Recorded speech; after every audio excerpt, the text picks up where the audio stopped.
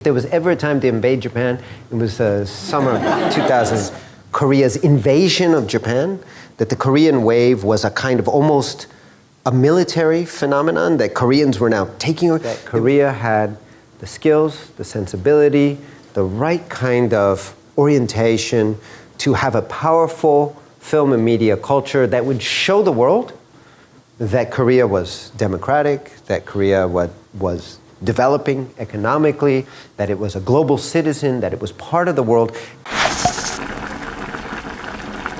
전 세계에서 대한민국밖에 할 수 없는 단 한 가지가 있다라고 말한 미국의 한 교수가 있습니다. 미국 최상위권 명문학교 존스 홉킨스 대학의 박사이자 마찬가지로 미국 명문대학 중 하나인 캘리포니아 주립대학교에서 영화학과 학생들을 가르치고 있는 아키라 리핏 교수인데요. 세계 영화, 비평이론, 동아시아 언어 및 문화를 심도 있게 연구하며 동시에 영화계에서 심사위원으로도 활동하고 있는 리핏 교수. 최근 강연에서 전 세계를 휩쓸고 있는 한류가 이미 20년 전에 예견된 것이며 그럴 수밖에 없는 필연적인 이유가 있다고 말했습니다. 학부 시절 일본 영화에 관심이 많아 90년대 일본에 있었던 그는 어느 순간부터 심상치 않은 현상을 불러일으키는 한국의 대중문화를 두 눈으로 직접 보고 연구 방향을 급선회했다는데요. 그때부터 한국을 주목하면서 도대체 왜 한국이 특별할 수밖에 없는지 알게 됐다고 합니다. At the same time about this term, Hallyu, Korean wave. And I remember being in the middle of it in Japan, talking to friends who were saying things like, yeah, I just watch Korean stuff now. And at first I thought, that's such an affectation. And I thought, okay, right. You're Japanese, you're too cool to watch Japanese stuff, so you watch Koreans. Then at some point I realized, oh my God, Koreans are making these incredible blockbuster films. Very high production value, incredibly charged politically, typically about the division of the peninsula. The best looking men and best looking women you've ever seen together in a film, like it's shocking them. 그는 얼마 안 가 한국이 일본 열도를 발칵 뒤집어 놓는 사건이 발생했다고 말했는데요. 한국이 일본을 침략할 절호의 기회가 바로 이때였다는 충격 발언을 했죠. In early 2002 called Winter Sonata. Flipped out the Japanese completely. If there was ever a time to invade Japan, it was the summer of 2000. They were so distracted. I got there, I remember in the summer, everybody, you could not sit down, if any of you were there, you know, you could not sit down for 10 minutes with people and not start talking about Winter Sonata. 이어서 겨울 연가를 본격적으로 설명하기 전에 그는 단단히 경고를 날렸는데요. I'll show you a couple minutes of the opening, but I'll start crying, so just let me, this song became like, got into my, I'll hear it on my deathbed. I'm gonna stop it right now because otherwise I'll get too deep into it. And if you haven't seen it, you should binge watch it tonight. I vowed never to watch it because I was so fed up with the craziness. I started watching it and just tears. I've never cried so much in my life. Like seriously, well, whatever. It's unbelievably addictive, and the Japanese were obsessed with it. 그러면서 그는 일본의 이러한 현상에 대한 한국인들의 반응이 정말 특이했다고 말했습니다. And interestingly, the Koreans are the ones that I talked to were like, okay, it was moderately popular in Korea. Why were the Japanese so into this, right? And it's this moment, this very strange moment of intersection in which a certain kind of Japanese sentimental melodrama is playing out in Korea, Love Letter, in Korea, is having this, not only in Japan, but Japan was the place where it really got noticed as this inter-Asian phenomenon. It was incredibly popular in places like the Philippines and Vietnam, throughout much of the Sinophone world. It was incredibly popular. But this surprised many of the Koreans, that there was this reception. 이걸 보니 한국에서는 왜 계속 고퀄리티 콘텐츠가 끊임없이 나올 수밖에 없는지 알 것 같은데요. 예전에 박찬욱 감독도 한국 영화는 왜 이렇게 다양하고 역동적이냐는 외신 기자들의 물음에 눈이 높은 한국 관객들은 웬만한 영화에는 만족하지 못하기 때문이라고 답한 바 있죠. 기본적으로 작품 보는 안목이 높은 한국인들, 이 밖에도 리핏 교수는 일본인들이 겨울 연가에 미쳐버릴 수밖에 없었던 결정적인 이유가 있다고 설명했습니다. I'll show you a clip. And these urban scenes are very important.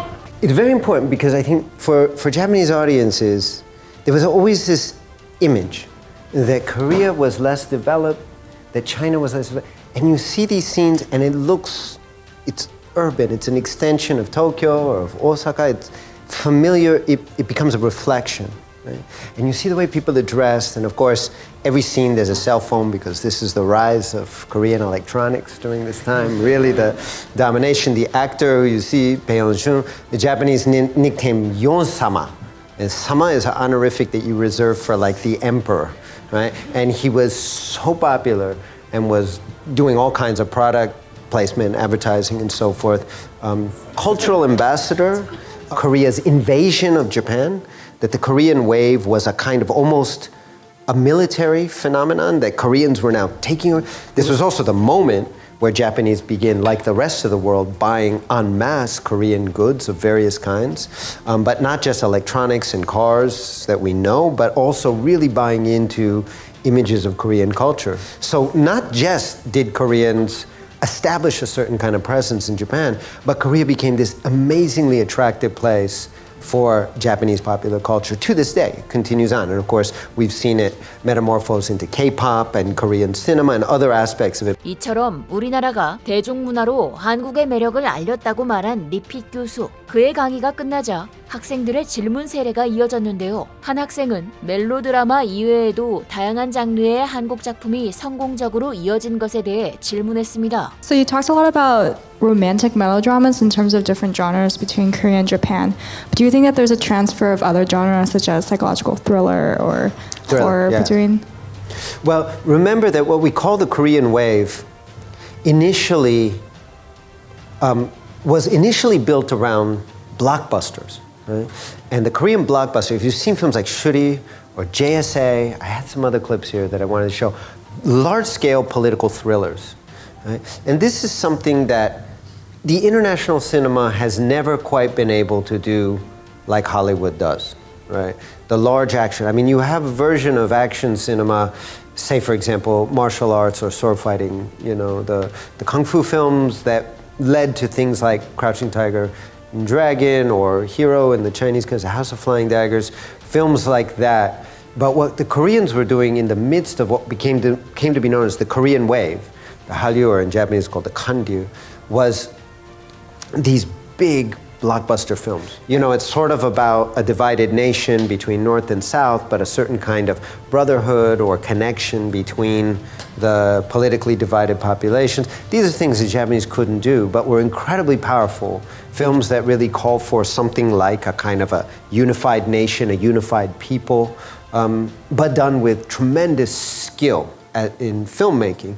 Now, the genres that really cross over extreme violence, I had clips from like Old Boy, gross you can get in a movie, and how excruciatingly violent you can get, almost to the point of it being comical, right? Suggests that Korea had the skills, the sensibility, the right kind of orientation to have a powerful film and media culture that would show the world that Korea was democratic, that Korea was developing economically, that it was a global citizen, that it was part of the world. 한국은 오로지 한국만이 가지고 있는 특별한 역사와 문화, 고유한 감성이 있으며 그와 더불어 우리만이 할 수 있는 이야기를 멋지게 만들어낼 뛰어난 기술력까지 갖추고 있기 때문에 앞으로도 세계 속 한류 현상은 계속될 것이라고 단언한 리핏 교수. 리핏 교수의 말처럼 앞으로도 세계인들의 마음을 사로잡는 한국 문화 콘텐츠의 인기가 꾸준히 이어지길 바랍니다. 지금까지 얼큰한 뉴스였습니다. 감사합니다.